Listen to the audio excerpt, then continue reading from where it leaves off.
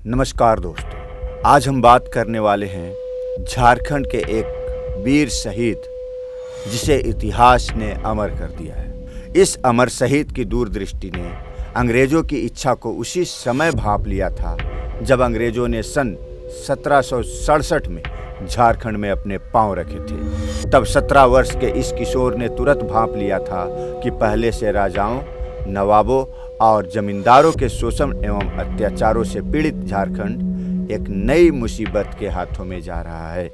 संथाल जाति के तिलका मांझी एक योग्य वक्ता और कुशल तीरंदाज थे। जी हाँ साथियों, हम बात कर रहे हैं बाबा तिलका मांझी की।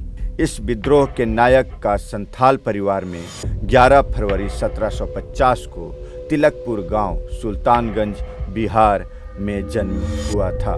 तिलका मांझी, जिन्हें लोकप्रियतावश जाबरा पहाड़िया के नाम से भी जाना जाता था, इनके पिता का नाम सुंदरा मुर्मू था, जो अपने गांव के मांझी थे। संथाल जाति के तिलका मांझी जिस कार्य को ठान लेते थे उसे पूरा करके ही सांस लेते थे। उनका जन्म स्वतंत्र वातावरण में हुआ था, इसलिए उन्होंने स्वतंत्रता अत्यंत प्रिय थी।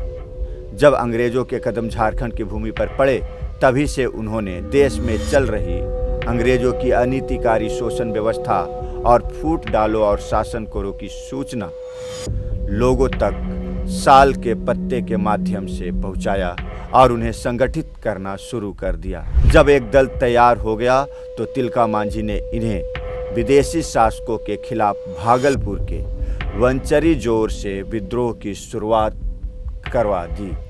अंग्रेज अधिकारी ऑगस्टस क्लीवलैंड जब राजमहल क्षेत्र का अधीक्षक बनकर आया तो उसने फूट डालने का काम शुरू कर दिया।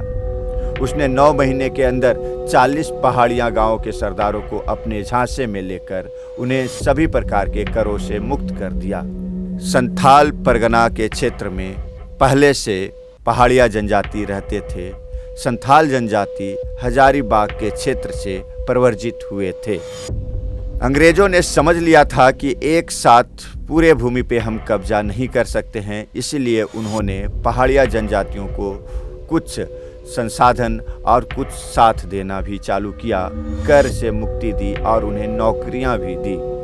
क्लीवलैंड ने पहाड़िया सरदारों को 10 रुपया, मांझी को 5 रुपया और 1300 धनुर्धरों को 2 रुपया मासिक वेतन पर नौकरी पर रख लिया।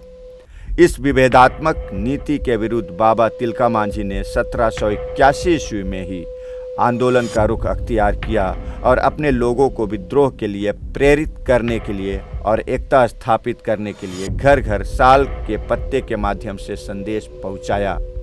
अब केवल संथाल ही नहीं बल्कि अन्य जनजाति के लोग भी तिलका मांझी के साथ आ खड़े हुए। इस संगठन ने कर की ऐसी दोहरी नीति का विरोध करने हेतु बल का प्रयोग भी किया। इस संगठन की सक्रियता और तिलका मांझी की लोकप्रियता ने अंग्रेज अधिकारियों को चिंतित कर दिया। क्लीवलैंड ने एक सचल दल की सहायता से तिलका मांझी को पकड़ने का अभियान चलाया। एक दिन मुठभेड़ में मौका देखकर तिलका मांझी ने क्लीवलैंड को अपने तीर का लक्ष्य बनाकर मार डाला। अंग्रेजों के लिए यह बहुत बड़ा आघात था। बड़े पैमाने पर तिलका मांझी और उनके साथियों के खिलाफ सैन्य कार्रवाई की गई, लेकिन वे उनके हाथ नहीं आए। अंततः अंग्रेजों को तिलका मांझी को पकड़वाने हेतु एक बड़ी इनाम की राशि घोषित करनी पड़ी।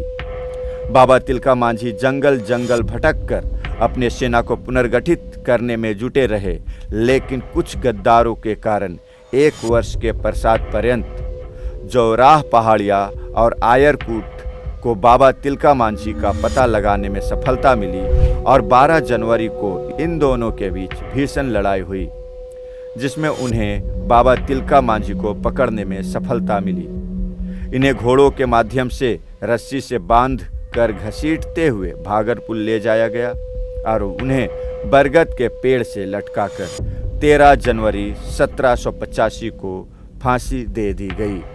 जिस स्थान पे बाबा तिलका मांझी को फांसी दी गई, आज वहाँ उनकी स्मारक बनी हुई है और साथ ही उनके यादगार में भागलपुर में तिलका मांझी यूनिवर्सिटी भी स्थापित की गई। जब भी झारखंड के विद्रोह की चर्चा होगी, झारखंड में संघर्ष की चर्चा होगी, तो तिलका मांझी का नाम सबसे पहले आएगा। तिलका मांझी झारखंड के ऐसे शहीद का गौरव पाने वाले पहले व्यक्ति और स्वतंत्रता सेनानी थे। धन्यवाद।